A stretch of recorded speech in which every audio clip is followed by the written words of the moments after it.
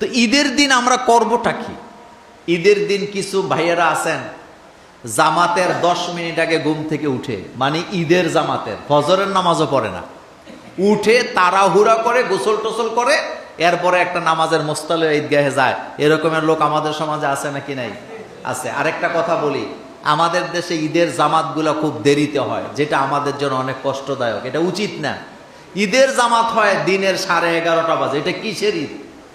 রাসূলুল্লাহ সাল্লাল্লাহু আলাইহি ওয়াসাল্লাম আদেশ করেছেন ফজরের নামাজের পর পর সূর্য ওঠার সাথে সাথে তোমরা ঈদগাহে চলে যাও।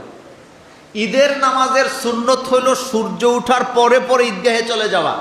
আর আমার দেশে কোন কোন ঈদগাহে 3টা 4টা জামাত হবে, সর্বশেষ জামাত কয়টা? 11:30। তো জোহরের নামাজের সাথে আপনি ঈদের নামাজ পড়লেন। ঈদের নামাজ হবে সকালে, এবং সেটা অবশ্যই সূর্য ওঠার পর থেকে নিয়ে, দেরি করার কোনো সুযোগ কি নাই। তো এই ঈদের দিন ঈদুল ফিতরের 13টি সুন্নাহ। 1 নম্বরে অন্য অন্য দিনের তুলনায় আজকে একটু আগে আগে জাগ্রত হওয়া, রাতের বেলা তাহাজ্জুদের নামাজ পড়া, এটা হলো সুন্নত। 2 নম্বরে মিসওয়াক করা। বলেন কি করা? মিসওয়াক করা, দাঁত পরিষ্কার করা। 3 নম্বরে গোসল করা। ঈদের দিন গোসল করা সুন্নত। ঈদের দিনে গোসল ফরজ না হইলেও গোসল করাটা কি সুন্নত।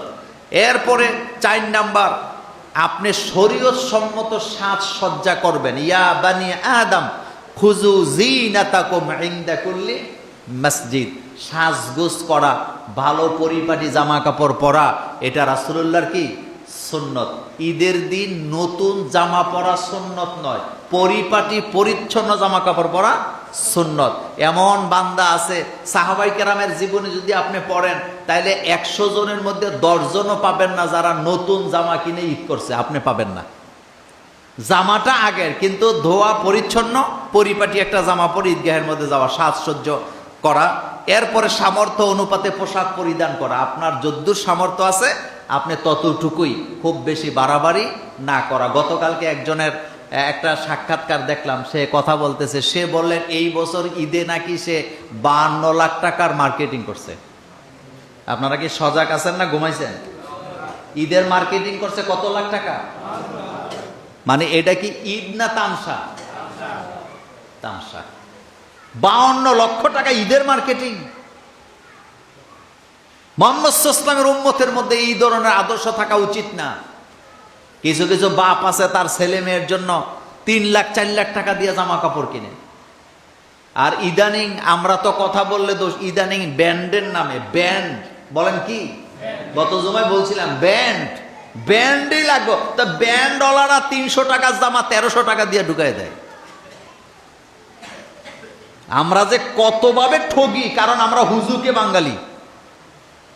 আমরা মানে মিনিটের মধ্যে আমাদের রং পাল্টায়। সমুদ্রে একটা প্রাণী আছে অক্টোপাস, বলেন কি, এটা রং বদলাইতে সময় লাগে, কিন্তু বাঙালি রং বদলাইতে সময় লাগে না। এই হলো আমাদের অবস্থা। একটা শুনছি, এটা কি জিনিসটা জানতেও চায় না, এটাই আমার লাগবে, এটাই আমার লাগবে, এইরকম ব্যাপারটা নয়। এরপরে 6 নাম্বার, ঈদের দিন সুগন্ধি ব্যবহার করা সুন্নত। এই সুগন্ধিটা আতর, বলেন এটা কি? আতর হতে পারে, অথবা আপনি যদি পারফিউম ব্যবহার করেন তাহলে পারফিউমটা দেখে নেবেন অ্যালকোহলের মাত্রাটা কত। শরীয়তে অ্যালকোহলের মাত্রা অনুযায়ী জায়েজ না জায়েজ এটা কি, এজন্যে বেশি অ্যালকোহল থাকলে ওই সেন্ট আমাদের জন্য ব্যবহার করা কিনা উচিত না।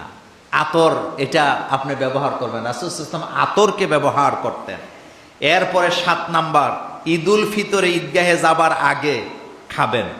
ঈদগাহে যাওয়ার আগে খাবেন।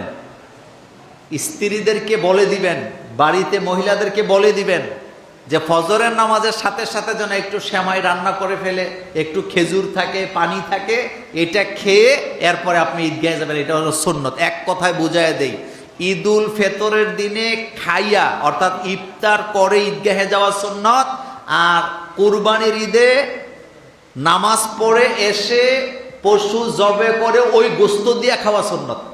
কথা কি বুঝাইতে পারলাম?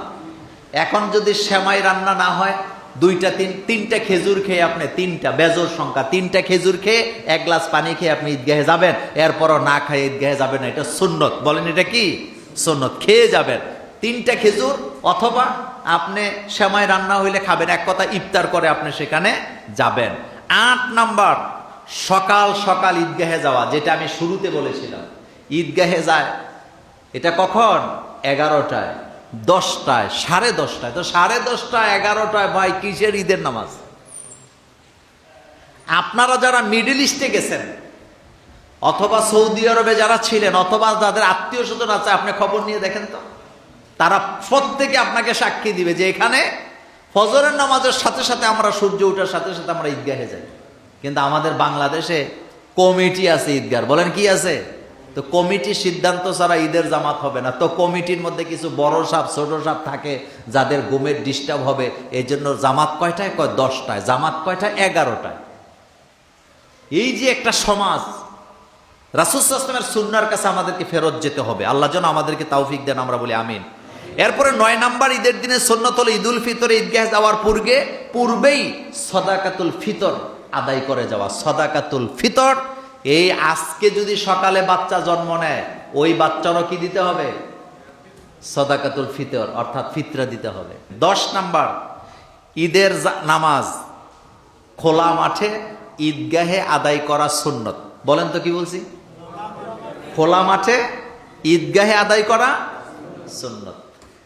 ঈদগাহ খোলা মাঠ হবে, যেখানে সবাই আসবে, বাচ্চারা আসবে, খেলাধুলা করবে, ইমাম সাহেব খুতবা দিবেন। খোলা মাঠ, খোলা মাঠে ঈদ হবে, খোলা মাঠে খুতবা হবে, খোলা মাঠে নামাজ হবে, খোলা মাঠে আল্লাহর কাছে প্রার্থনা হবে, মোনাজাত হবে। এটা হলো সুন্নত। হ্যাঁ, যদি বৃষ্টি থাকে, তুফান থাকে, তাইলে মসজিদে বা সামিয়ানার নিচে নামাজ পড়ার মধ্যে দোষের কিছু নাই। কিন্তু পরিবেশ যদি ভালো থাকে, যদি বৃষ্টি না থাকে, তাইলে খোলা মাঠটা কি সুন্নত। কথা কি বুঝাইতে পারলাম? বৃষ্টি আসছে সেটা ভিন্ন জিনিস, তুফান আসছে সেটা ভিন্ন জিনিস, কিন্তু নরমালি খোলা মাঠে ঈদের জামাত পড়া এটা সুন্নত। এরপরে 11 নাম্বার, রাস্তা একটা দিয়ে যাবেন আর একটা দিয়ে আসবেন, যদি সুযোগ থাকে। যদি গ্রামে এটা সুযোগ আছে, কিন্তু শহরে তো এরকম সুযোগ কি নাই, রাস্তাই তো একটা। যদি সুযোগ থাকে এক রাস্তা দিয়ে যাবেন, আরেক রাস্তা দিয়ে কি আসবেন। রাসূল করিম সাল্লাল্লাহু আলাইহি ওয়াসাল্লামের ব্যাপারে হাদিস আসছে, হযরতে জাবের রাদিয়াল্লাহু তাআলা আনহু বলেন, রাসূলুল্লাহ সাল্লাল্লাহু আলাইহি ওয়াসাল্লাম ঈদের দিন রাস্তা পরিবর্তন করতেন, মানে এক রাস্তা দিয়ে যেতেন, আরেক রাস্তা দিয়ে ফিরতেন। 12 নাম্বার, পায়ে হেঁটে ঈদগাহে যাওয়া সুন্নত, যদি কাছাকাছি ঈদগাহ হয়। দূরে হইলে আপনি যানবাহনে করে যাবেন, সেটা ভিন্ন কথা, কিন্তু কাছাকাছি হইলে পায়ে হেঁটে যাওয়াটা কি সুন্নত। 13 নাম্বার, ঈদুল ফিতরে ঈদগাহে যাওয়ার সময় তাকবীর বলা, এটা সুন্নত। কি বলা সুন্নত? আল্লাহু আকবার বলেন, আল্লাহু আকবার, আল্লাহু আকবার, লা ইলাহা ইল্লাল্লাহ, আল্লাহু আকবার, আল্লাহু আকবার, ওয়ালিল্লাহিল হামদ। তাকবীর দিতে দিতে যাবেন, তাকবীর দিতে দিতে ফিরবেন। তাকবীর দেওয়া এটা কি সুন্নত। এই গেল আমাদের ঈদের দিনের সুন্নত।